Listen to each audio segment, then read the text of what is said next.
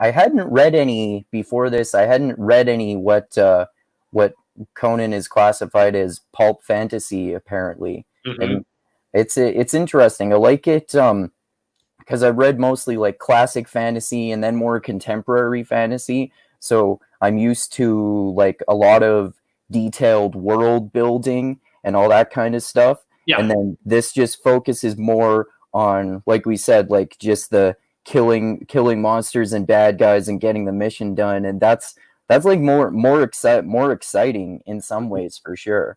Like that's why I like often what's classified as pulp in general. Like my favorite movie is Pulp Fiction, which doesn't have all this like world building, even though I'm definitely a fan of that too. Like Dusty from Mixed Mental Arts got me into these Wheel of Time fantasy books, which are like really extremely complex, and I love those Mm-hmm. too. But this is cool too. I really love the what it's all about. And I noticed too there is a little bit of world building, especially in that one novel that Robert E. Howard did.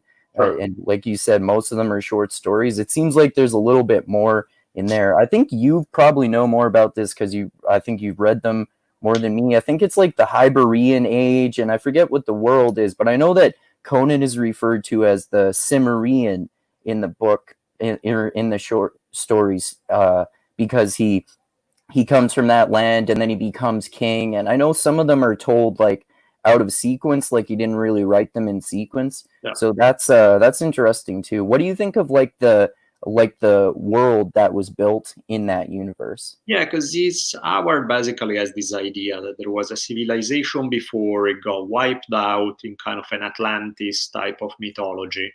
And from almost like something that Graham Hancock could appreciate, right? Is like previous civilization wiped out in a major cataclysm.